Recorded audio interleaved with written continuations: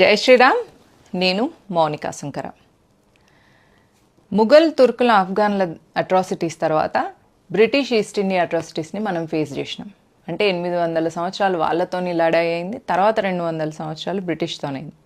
British హిందుస్థాన్ని వదిలేసి వెళ్ళిపోయేటప్పుడు all India Muslim league కానీ జిన్నా కానీ వీళ్ళందరూ ఏమని అడిగిందంటే, మీరు వెళ్ళిపోయేటప్పుడు మాకు ఇచ్చి వెళ్ళండి అని అడిగారు. కానీ అప్పుడు భారతదేశంలో ఉన్న జాతీయవాదులందరూ దానికి ఒప్పుకోలేదు.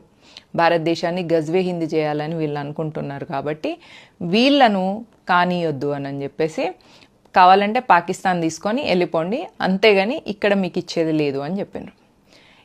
అప్పుడు 1923లో వక్ఫ్ అనే ఒక బోర్డుని స్థాపించారు ముస్లిమ్స్.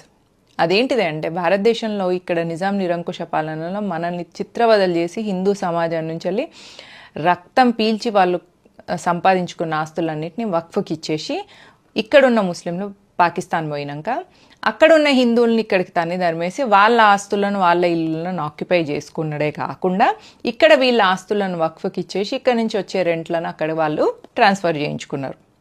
అట్లా వక్ఫ్ మొదలైంది.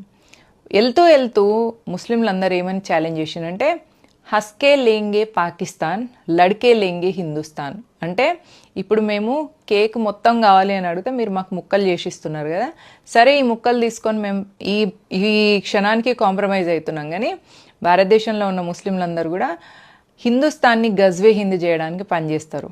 ఎట్లా?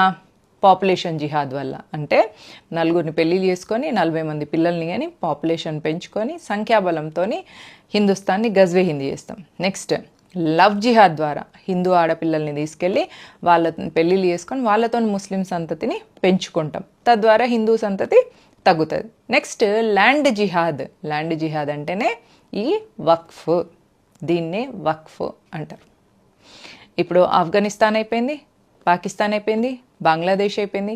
ఇక మిగిలిన హిందుస్థాన్ని గజ్వే హిందూ చేయాలన్న ప్లాన్తో 1923 నుంచి ముస్లిం లీగ్ 1947లో పాకిస్తాన్ వెళ్ళిపోయిన పని చేస్తూ వీళ్లకు తోడు దొంగలుగా కాంగ్రెస్ ప్రభుత్వం అయిపోయి మైనారిటీ అపీజ్మెంట్ చేస్తూ 1995లో వక్ఫ్కి లీగల్గా సూపర్ పవర్స్ ఇచ్చింది.